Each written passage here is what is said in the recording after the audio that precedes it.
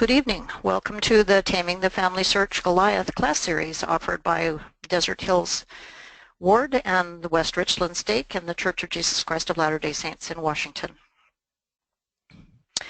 Tonight we're having the 9th and final class of this series, which is on Ancestry.com, and it's intended as an orientation to help you see how you can find people, historic photographs, and vital records for your family members in Ancestry that you might not be able to discover readily in FamilySearch.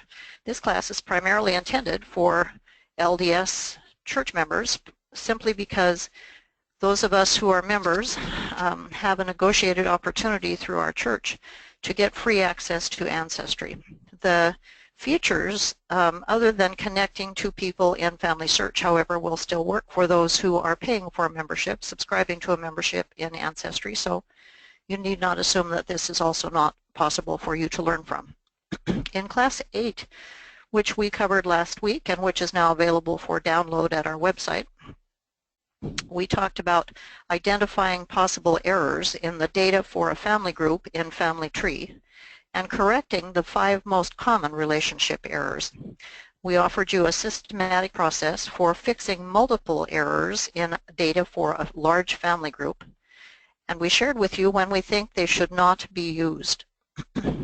In Class 9, this class, we're going to suggest using Ancestry.com to back up your verified data from FamilySearch Family Tree, to discover relatives in your family trees, that have been shared by others. So relatives that you have in common with them, but that there is insufficient information about in FamilySearch for temple ordinances, for example, to be completed. And then we're going to talk about how you might be able to obtain historic photos and vital records through Ancestry. I love Ancestry personally. I've been using it for about 20 years, far longer than I've been using FamilySearch. I'm actually a recent returned member, and so I had lots of experience doing genealogy and ancestry before I ever got involved in FamilySearch. Ancestry is actually a global family research company out of Provo, Utah, with offices in these international locations.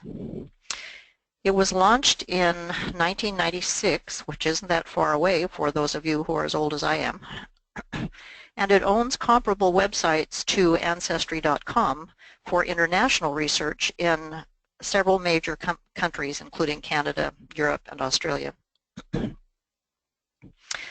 Altogether, they offer online, through the contributions of researchers like us, 70 million family trees. The same company now owns Ancestry, DNA, Fold3, which offers military and Native American research support, Newspapers.com, which has historical newspapers for you to peruse, and Findagrave.com, which it has improved immensely since it took ownership. They have 2 million paying subscribers and an annual revenue exceeding $620 million. And what that means to you and me as researchers is that they are paying for top-notch programmers and sophisticated search engines, and furthermore, they're able to buy amazing databases. That's the long side of this. The short side of it is that 9 out of 10 family history researchers in the world are not LDS. 9 out of 10. And Ancestry is probably the most popular place, in the United States at least, where non-members happily share what they've learned about the ancestors that you have in common.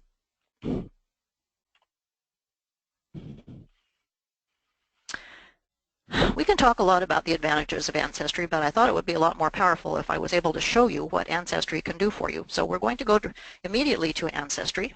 What I want to do is share with you a couple of things. First of all, if you choose to get a membership in Ancestry, which we're going to teach you how to do in a couple of minutes, you can use some of the power of Ancestry without ever entering a family tree in that database at all.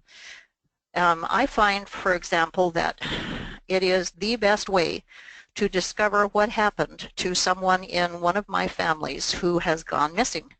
And what I mean by that is we've got a child in the family who apparently lived long enough to become an adult, probably married, but nobody in FamilySearch knows to whom or whether they had children or who their parents-in-law were, etc. When people in my ward ask me for help to people, especially people who've been in the church for multi-generations, and they think that all of their family members have had their family ordinances completed and there's nothing left for them to do, and they ask me for help to find a few names so that they can do some of their own names at the temple. The thing that I always do is look for people in their family trees who are what I call missing ancestors, that is to say, largely a daughter, sometimes a son, who is a sibling of one of their direct ancestors, about whom no one in FamilySearch seems to know anything. I search for records there, and then I come immediately to Ancestry and start looking in other people's family trees to see if someone is talking about this ancestor and maybe doesn't know who their parents are. Without entering a tree yourself in Ancestry, you can also search for vital records for a person as long as you have a membership. And with a family tree, which incidentally backs up your most important data in FamilySearch so that it is safe and you have a way to you have a place to fall back to if someone changes a family's information and you need to recover it. If you choose to enter a family tree, you will find armloads, that is not an exaggeration, of vital records, and be able to link them to ancestors in family tree. And you will find and save dozens of historic photos for your family. I hope that's intriguing enough to get you interested, and we're going to go now to Ancestry and see if I can live up to those claims.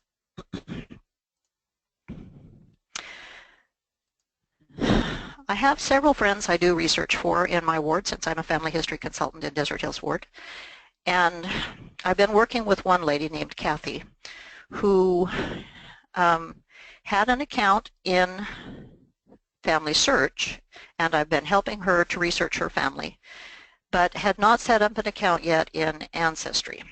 And so I asked for her permission to set up an account on her behalf, and literally today I created this family tree for her. Let me show it to you.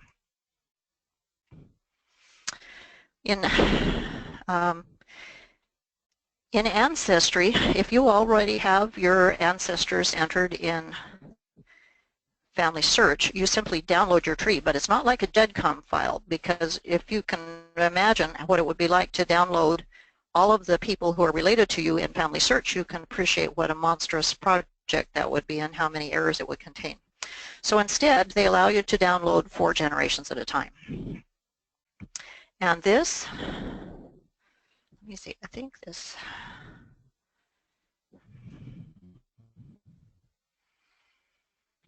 is Kathy's husband.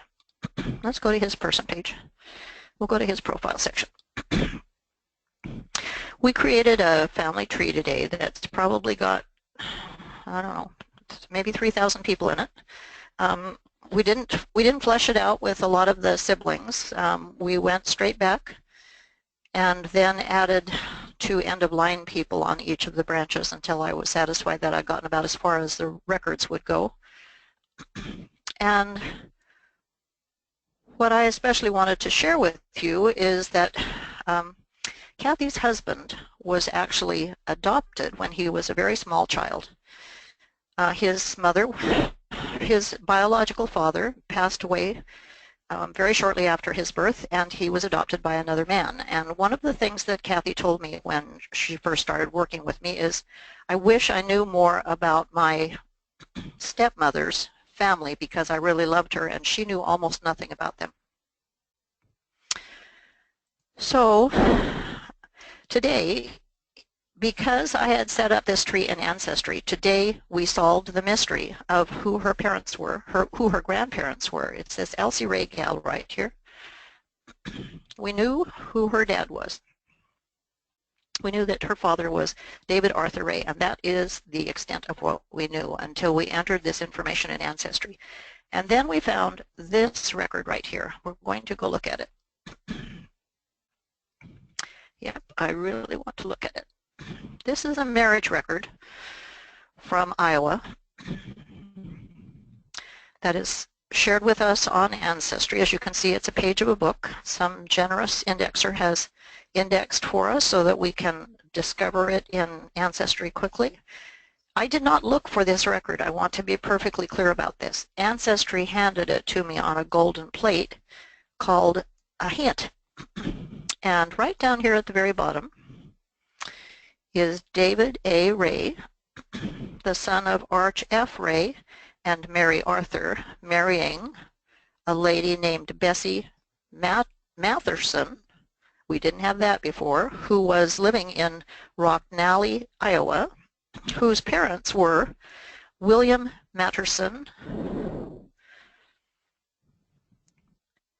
and Maggie Maglanis, I think we came up with, who were both from Scotland. Well, with that kind of breathtaking information, we were able to begin looking for that family, since they obviously would not have sent their adult daughter to the United States by herself in 1887 when she came from Scotland. So we assumed that Arch, which is all we knew at that point, and his wife, excuse me, I skipped a beat here. We assumed that David and Bessie were from the United States, and that Bessie's parents were probably from Scotland themselves and had come to the United States in 1887 when she did. And I took that information into FamilySearch, and from that point was able to connect to her brother and her sister. Someone had done some research and had gotten as far as we had, but they had the name spelled differently, and so FamilySearch did not recognize it. And we were able to reserve the ordinances. We actually ended up, for those of you who are interested in this kind of thing, we ended up with 6 male and 5 female names for whom no ordinances had been completed, all because today we downloaded Kathy's family from FamilySearch into Ancestry, and actually I only spent about 2 hours in that process. The rest of it was all finding records. So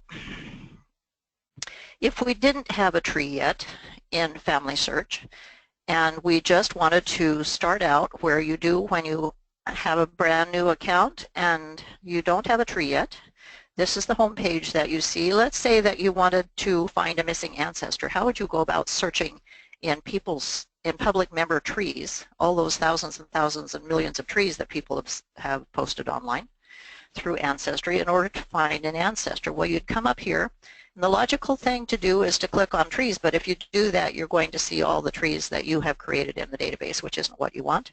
Instead, you're going to click on the word search. You're going to come down the list. You have the option of clicking on these. With your membership, you can use any of these features. Today, since I'm looking just to see if someone else knows what happened to my missing ancestor, I would click on public member trees and fill in a few portions of this form. I do not believe in filling in everything because that gives the database a chance to disqualify people who might be correct if I looked at them more closely. When I fill that in and press search, it will give me a list of family trees that contain a person by that name who might be the man I'm looking for, and give me a chance to click on that tree and go to that person's actual tree. I also wanted to share with you how you can search for vital records for a person. So let's say we're not going to do this. We're going to clear this search. We're going to search again, and this time we're going to actually look for all collections, or we're going to look under census records. Let's say, for example, we want a census for the 1920 census for a person. Notice that this is quite a bit bigger form, and we have the ability to increase it to accommodate all the parents. And also, when you start working on this darn thing and tell it to modify the search, it gives you even more opportunities to say other places that that individual has lived. So if we chose to fill in this person's name and perhaps year of birth and county and state, maybe their father's name, and then say, what collection do I want? Well, it's giving me opportunities to look at records for all these different places. I might just want to look in the United States. What is the person's gender? It's a male, and I would press search, and it would give me a list of possibilities. I find that the search engine in Ancestry finds different records than FamilySearch does. I don't mean to say that one is better than the other necessarily, but what I do want to share with you is that because Ancestry has some of the best programmers in the world who are paid for their services, they actually come up with ways for the database to do wonderful things that FamilySearch's database hasn't yet been able to do. For example, if you have any relatives in Texas who have censuses down there, you will know that in the 1800s it was a very common practice for them to list all the people in the family by first initials. So they would have the surname of the father, and then they would have the first and middle name initials of all the family members. And you cannot find those censuses in FamilySearch, but Ancestry can find them if you've entered the whole family in your tree, because it's smart enough to figure out what the first initials of all those kids and locate the census for you. So what if you do have a tree? What is the advantage of having a tree yourself? Let's click out of this and go instead to here. That's actually not what I intended to do. It didn't work out quite like I wanted it to. Bear with me. I'm going to sign in instead under Kathy's family tree so that we get back the information. I just wanted you to see what in one day, actually less than one day because I started about 11 o'clock today, what Ancestry has been able to discover for Kathy Young while it was churning away in the background without my taking any steps at all. I'm signing in for her. So we're getting a fresh look at her family tree. She actually just has the one. This one is the one that she had previously created, has about 5 people in it. This is the one that we created today.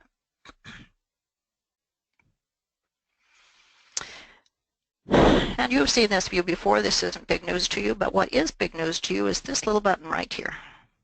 Don't know if any of you have ever noticed that before if you've been using Ancestry, but this little button has a lot of power in it because it gives you the opportunity to go see all the hints for your entire tree in one place.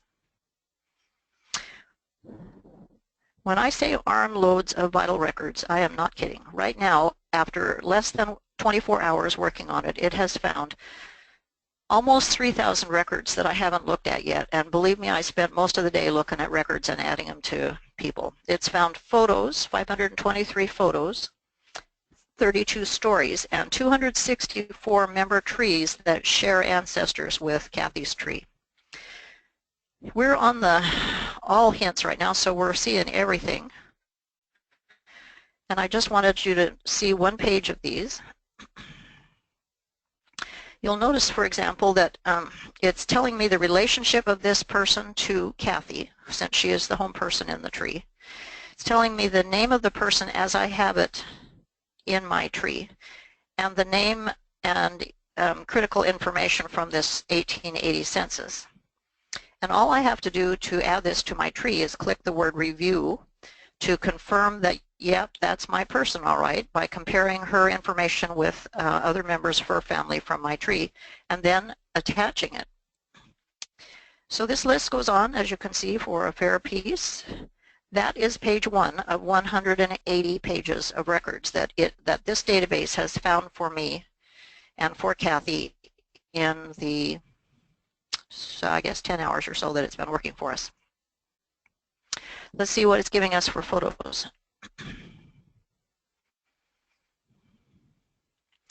Well, it's got your usual plethora of cemetery photos, of course, but it's also got things like obituaries, actual photographs, wedding portrait in this case, a crest, more pictures. Notice that some of the pictures are in there more than once. That's because someone has probably taken that picture and trimmed it so that it didn't have this awkward frame around it. Or someone may have copied it to their tree. Here is an actual wedding announcement for one of these people. Let's see what else we've got here. We've got 27 pages of photographs. This is a fun thing to do when you're watching baseball. And you've got a little time on your hands in between home runs, and you just think, boy, it'd be nice if I would do something productive with my time here. I feel like I'm wasting it. You can sit there with your laptop, computer, or tablet and add photographs and records to your people in Ancestry. Just click, click, click, click, click. Let's say, for example, that I want this one for Arden R. Pollock, who is the first cousin, second power removed of this husband. I have no idea what that means. Let's attach that photograph to her. Bam, it's done. If I want to go see her, I simply go to Arden R. And there is the photograph, which is attached to her person page that I just added in that moment. A little hint, probably confirming who her spouse was, and I didn't have a spouse before, so from that one hint I may have learned something interesting about the family. Okay, so we've learned a couple of things. Without entering a family tree, you can search for missing ancestors, which is absolutely the most productive way I've ever found of discovering people for whom we can offer temple ordinances who have not yet been entered in FamilySearch. And it's also a good way for searching one person at a time for vital records. But if you choose to enter a family tree, which backs up your data from FamilySearch, you can literally find armloads of vital records and link them to ancestors in Family Tree. And you can save dozens of historic photographs while you're at it.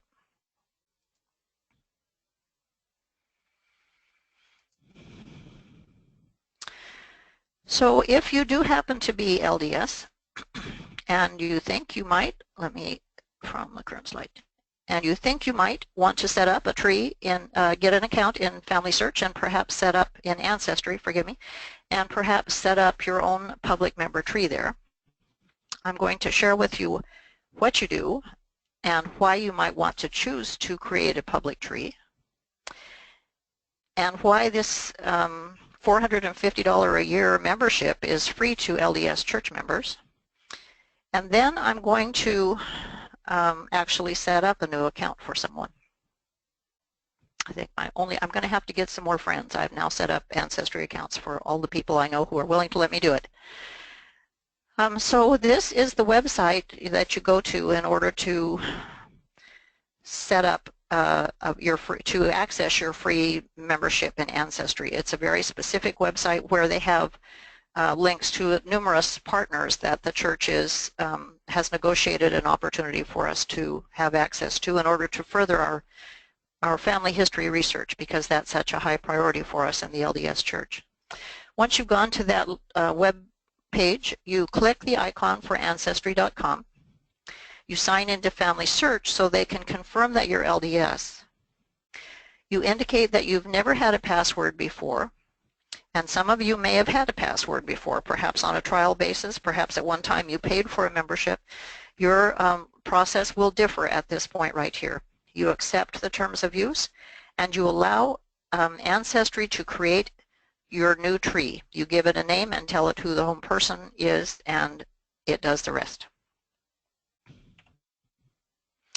Now, why would you want to create a public member tree? Why wouldn't you want to? It is possible, as I've mentioned, to search for records for one person at a time, but you're doing all the work. Why not let Ancestry do all the work behind the scenes, and all you have to do is choose which of the records it's found you want to attach to your person? When you create a public member tree, it gives you an opportunity to get feedback from other researchers who share a member of your tree. It might not be someone who is dear to your heart, but you will have messages come to you through the Ancestry platform without ever knowing your personal email address, such as, that is my great-grandmother, and you've got her first daughter's name wrong. And incidentally, she was married a second time, and this is who it is. it gives you an opportunity to back up all your ancestors' verified family data so you can reconstruct it if it gets messed up by an inadvertent, incorrect merge in family tree. And it allows you to put Ancestry to work for you. They've spent all that money on this wonderful search engine that finds records and searches other people's trees to find out what they know about your people. Why wouldn't you want to benefit from that? The difference, as you know, between FamilySearch, Family Tree, where anyone can change anything in that tree that is intended to be a tree for the whole world. The difference between that concept and what we're doing in Ancestry, where each contributor has their own personal tree, maybe more than one tree, you can have as many as you want once you get a membership, is that this person who shares a relative with someone in my tree can copy from my tree, but they can't change anything in my tree. So I can copy from them and they can copy from me, and I can copy from this guy and he can copy from her and then share with me. She can write to me and say, hey, did you see what so-and-so has said about such and such person? It looks pretty reliable to me. What do you think? It's a very, very powerful platform. So let's come back to setting up your username and password. Let's do it for my friend Colleen.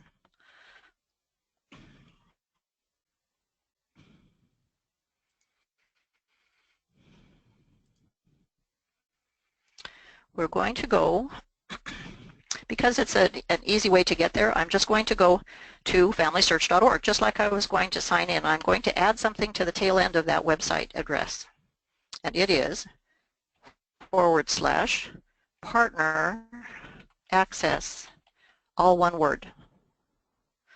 So the address is FamilySearch.org /, that's the slash that leans toward the right, partner access, all one word. And I just hit enter or push the search key, whichever you see on your internet browser. That gives me this website right here. This is the only place I know of where you can get access to these free memberships that are available to LDS church members. Here's the one for Ancestry, for Find My Past, which is European records, for My Heritage, which is a website operated out of Israel that is state-of-the-art and is getting rave reviews. Here's American Ancestors, the New England Historical Genealogical Society, the oldest genealogical society in the world, which I am told has a lot of African-American records now. And here is GenNet, which is comparable, I think, to Ancestry.com, except it's European member-submitted family trees. Okay, so let's join Ancestry. Join for free. Click. You only sign up for one of these at a time. You understand that you're going to need to follow through on the process. And the first thing it does is take you to FamilySearch. And once again, this is to verify that you're entitled to an LDS church free membership. So I'm going to put Colleen's username and password in here.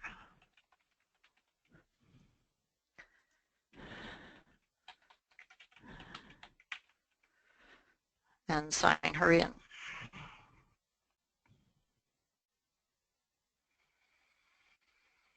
And that's taking us right back to Ancestry again. It's now confirmed that she is LDS. It's giving you all this stuff down here which basically brags about what they can do for you, but this is the part you care about right here.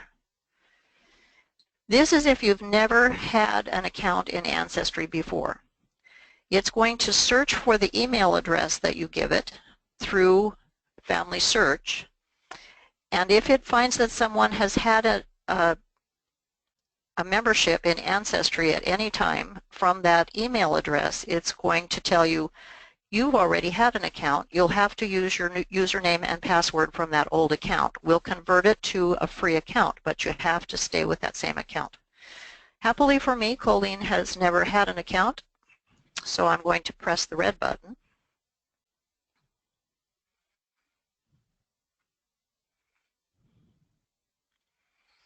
And it's telling me that if I choose to get a free account, Ancestry would like to have be able to share information that I pull into my tree or add to my tree with other members. I've got a cat fight outside my window. That's going to be kind of annoying. So I'm going to automatically accept that. Obviously, the whole concept of genealogy and family history research in this time is that we share with other researchers so that we can all learn together, because it's so massive that no one can do it all on their own any longer. Yes, I confirm that the email address is correct. I continue. I guess I better create a password for her, huh? Well, let's see. I will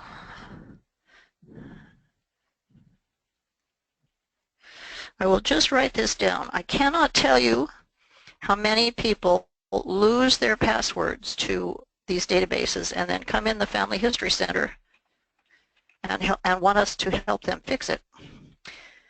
And it takes hours. So please, as you create a password in a website like this, please, no, I never save my password to any of the website browsers. I'm going to say, yes, I understand that by clicking the button below, I'll be accepting the membership shown. That's the free LDS Ancestry membership, which starts today. I click that and I start my membership. I don't need to print this page because I'm going to get a confirmation email sent to my to Colleen's email address.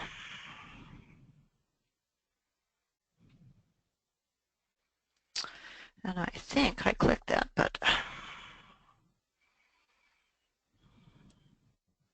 there we go. Okay. So it's asking me, do you want to call it the Jensen family tree? You can change the name of your tree at a future time if you decide that it's not quite as fancy as you like. There's a very good possibility that she will want to do that, since Jensen family tree might be a fairly common name for family trees in Ancestry.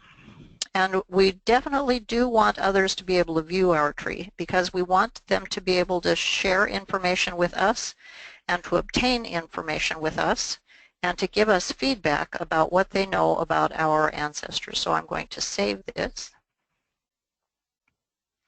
It is now creating a tree for me in from FamilySearch in Ancestry. And I'm going to say continue. It's offering me an opportunity to sign up for a paid DNA test here. This is telling me that I can go to my tree by clicking right here, which I would like to do.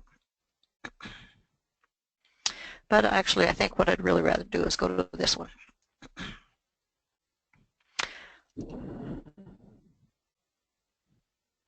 Here is the home page. It's welcoming me.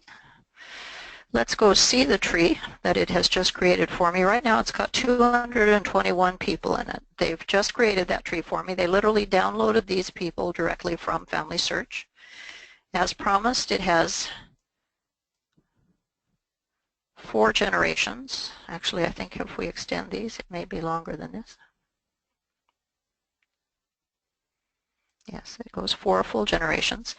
And if I choose to extend it further, like, for example, I assume that perhaps this person might have parents, but I don't yet have them because I'm in charge of telling the database how much information I want to pull down. And in fact, it's just giving me a little tutorial here to help me learn how to use this. Did you, I'm sure that you noticed that Ancestry pulled this data directly from FamilySearch. So it's, in this case, it's already got records. It's got a reference to the births and deaths of the children and the family members.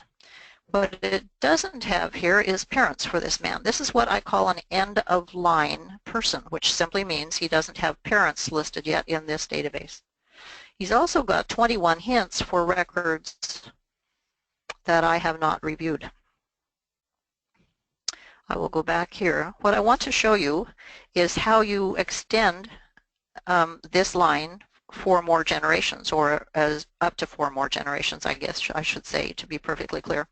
Because Colleen is LDS and we have downloaded her tree directly from FamilySearch, we see this little icon right here, which I will expand to make sure you can all see it, but I did put this on your PowerPoint slide so that you would know what this thing is. This is the little Family Search icon. And if we click that little icon, it gives us the opportunity to do a few things. First of all, we can see the family ordinances. Don't be concerned that that does not mean that anyone who looks in your tree will be able to see the family ordinance status for your people, because you have not given them permission to see everything in your tree, all of the sort of private stuff. They can see all of this stuff, but they wouldn't be able to come up here and see all of this stuff. This is what you can do as the owner of the tree. You can compare this person with their counterpart in FamilySearch. You can actually go to FamilySearch and view this person there to see what you might be missing or what perhaps you've learned over here that you haven't yet carried over. You can add relatives from FamilySearch, and that might be something we'd want to do, so let's give it a shot. Let's learn how to extend a branch. Sure enough, we've got parents in FamilySearch waiting for us, and I can go ahead and add them one at a time, but that's pretty cumbersome when I have the choice of adding up to 4 generations for this person. So if I click that and press the word continue,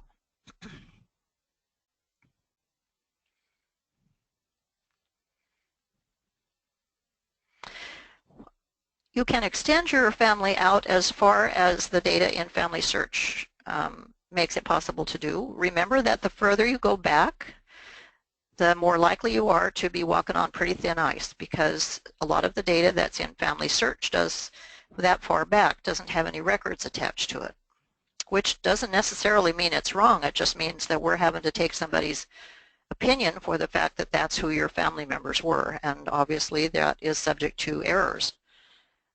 In this case, we have added several generations for this man, including his parents. And my preference personally is to only go as far back as the records take me, because what I'm trying to preserve in the backup of my family information in Ancestry is simply the family members who are close enough to me that I have been able to find records for them and therefore believe are pretty darn close to being just right. I do not recommend taking your family back as far as it will go, for example, taking it back to 1312, because that information is already posted in FamilySearch. And you have no records to prove that any of it's right. It's pretty embarrassing to have somebody write to you and say, hey, I see that you believe so-and-so are the parents of such and such. I don't see any actual records attached to your tree. Would you mind telling me where you got that information? And all you can say is, well, I downloaded it from FamilySearch. Because that kind of shakes their confidence in you as a researcher, number one. And number two, it implies that you don't care enough about your family to have searched for records, which of course is not the case. All right, so we've added additional generations to this man's tree simply by coming up here and saying add relatives from FamilySearch. And you probably have noticed that we've got children, all the children listed here. That surprises me actually, because they didn't used to give you all the children. They just gave you your direct ancestor in that family, and you had to come up with all the people who were siblings of that person by downloading them one by one from FamilySearch. So they've improved something since I actually played with this most recently. What we don't have here is a spouse, and it would be really nice to know if he has a spouse in FamilySearch. So let's go find out. Let's add relatives from FamilySearch. He not only has a spouse, he's got about 12 kids here. And in this case, we don't use this option to add up to 4 generations. That just goes straight up the tree trunk. Now we're talking about giving him his sideways branches, his spouse and his descendants, his kids. So let's say, okay, I'd like to get his spouse. Click. It's confirming that this is who it's ready to add to the page. I can cancel at this point, but in this case I'm going to say yep. And as simple as that, I've got her with, let's find out, without any parents. So if I want to give her parents, now I need to again add 4 generations at a time. Do you see how that works? Okay, so you could spend several days probably creating a really nice hefty tree that had 3,000 people in it, but it might make more sense to you to fill out your tree as your interests in your research morph from one family line to another. So for example, if you have finally worked your way all the way through this family line, you might choose to say, okay, now I want to go further down the tree trunk and go to another family line and go up that family line. When you discover that it is deficient of some of the relatives that you're quite sure are in FamilySearch, or that FamilySearch actually tells you it has, then you go ahead and add those people. Remember a couple of very interesting points, important points. If there's a mistake in the data in FamilySearch, there will still be a mistake in the data when it reaches your tree. And if they correct the error in FamilySearch, it will not correct the error that you have downloaded into your family tree. That's one good reason to wait, I guess, because then you're getting the latest information that anyone knows about that family, presumably. Okay, so just to recap that process, you set up a new tree in Ancestry using the process that's outlined on your slide, and while you're at it, you download a tree as they offer you the choice to do. What about people who have already signed up for their free account in Ancestry and didn't realize that that was what they were asking you could do, and say to yourselves, dang it, I've missed the opportunity to download a tree from FamilySearch. I wish I had done that differently. Let me show you that it is still possible for you to do this. If you again click on Trees, and instead of clicking on your family tree, you click on Create and Manage Trees,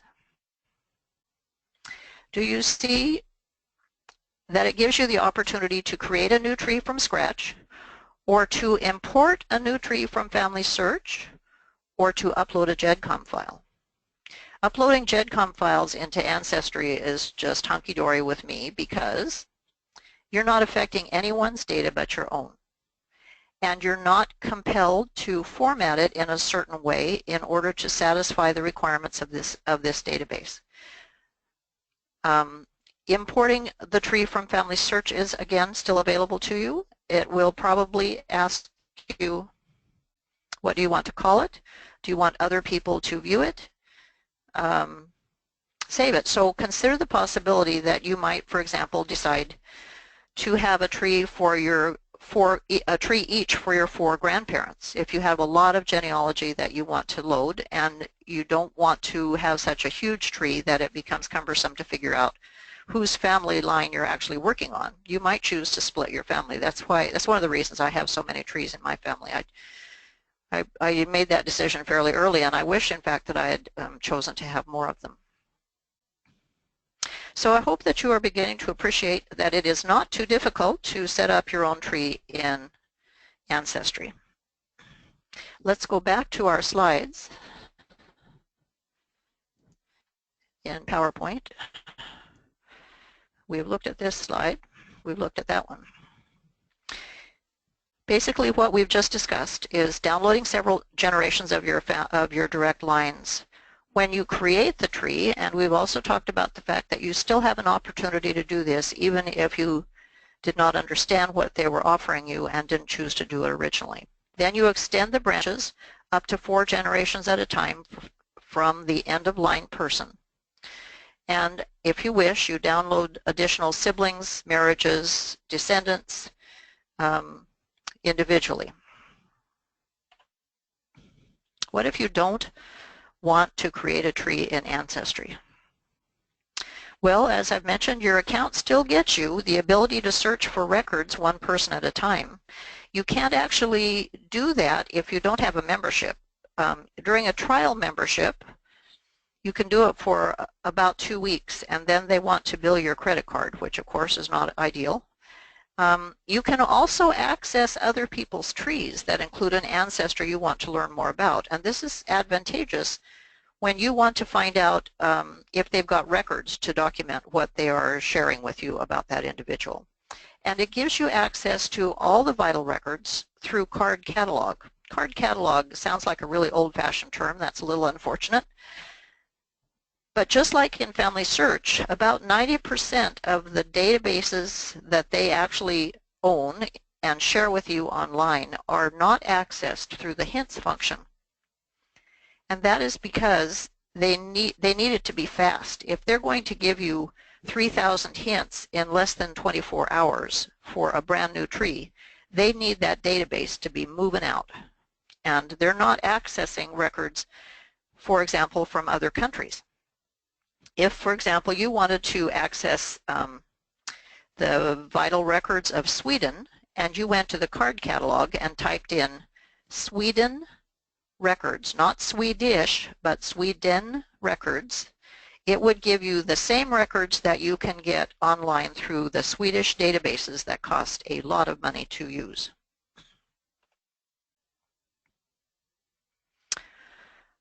What have we covered in Class 9?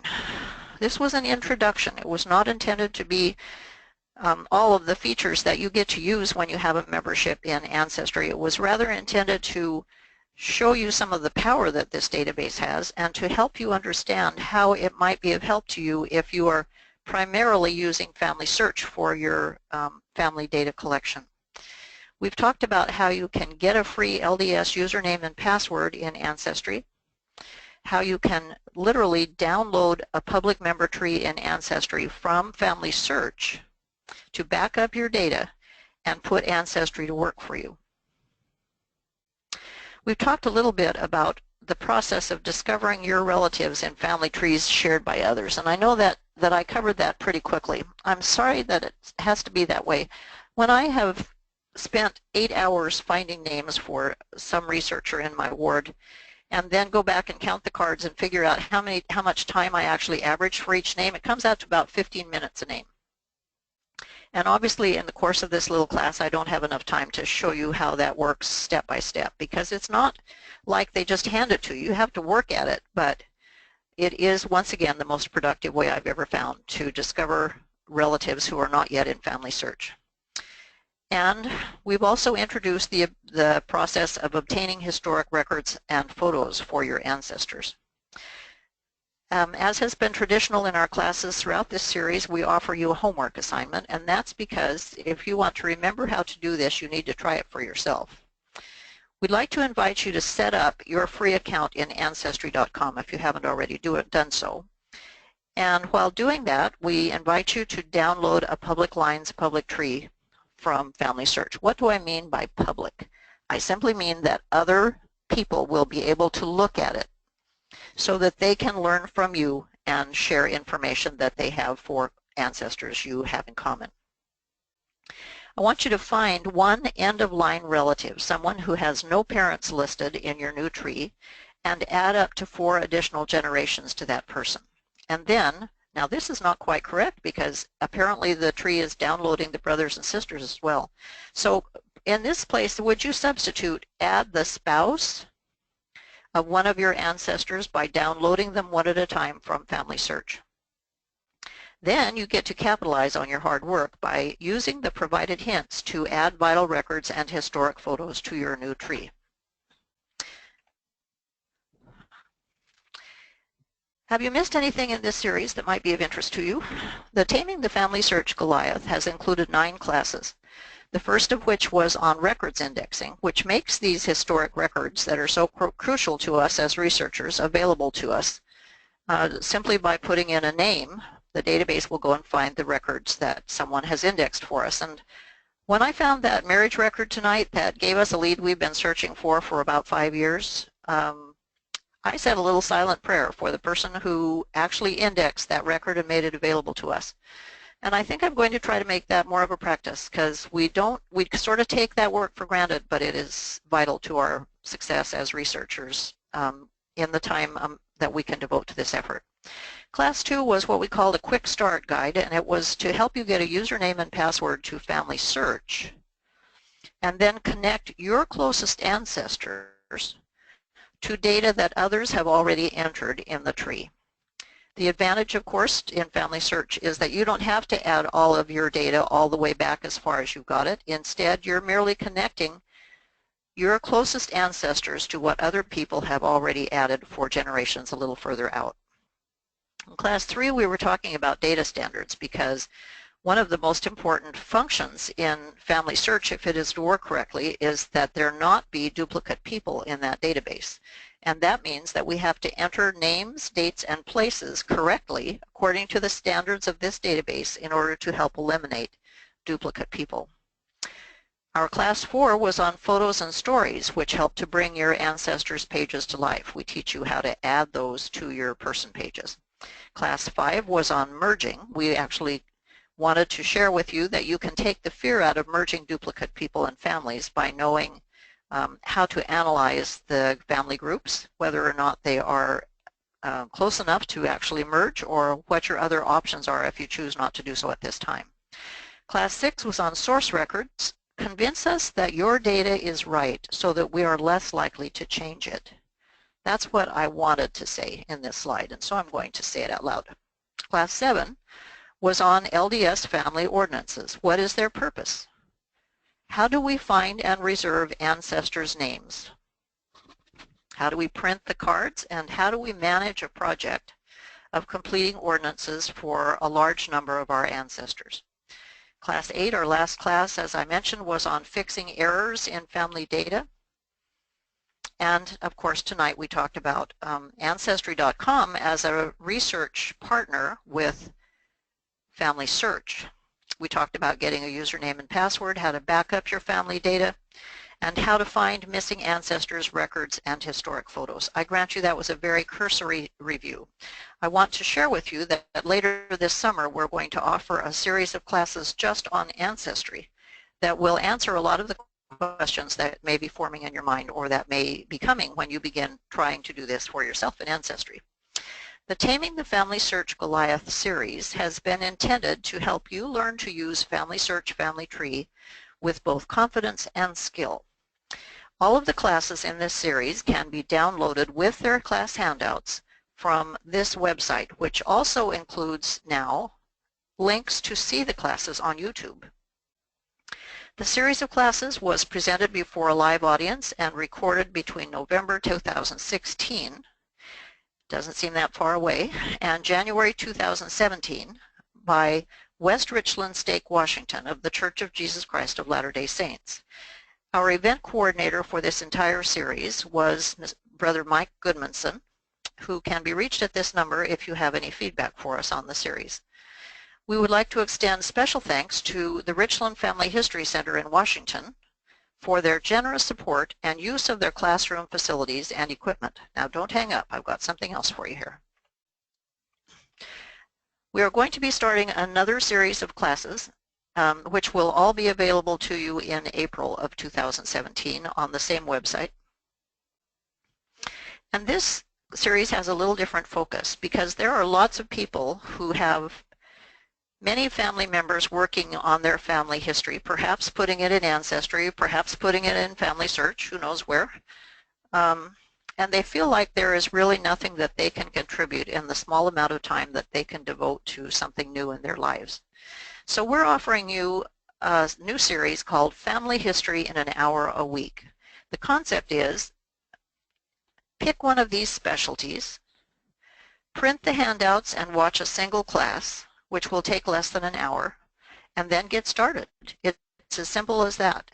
Our concept is in an hour a week, you can make a significant contribution to your family's total effort to document your family history, either as a vital records indexer, in family photo and record preservation, in family stories preservation, as a family photo finder, which is kind of fun, or in identification of your existing family photographs, and finally as a vital records finder. We hope that you will choose to join us for this new series, that you have learned some interesting things in the series we've just completed, and that you will choose to follow up with this website from time to time and see what new things we're offering, because this coming year, 2017, we are actually going to be offering 3 total series of classes, one of which will be on all of the partner access websites that the church is offering to us to introduce what they have to offer us and give you an opportunity to check them out. Thank you so much for being with us tonight. We hope that you've enjoyed the class and the series and wish you a pleasant evening and happy hunting.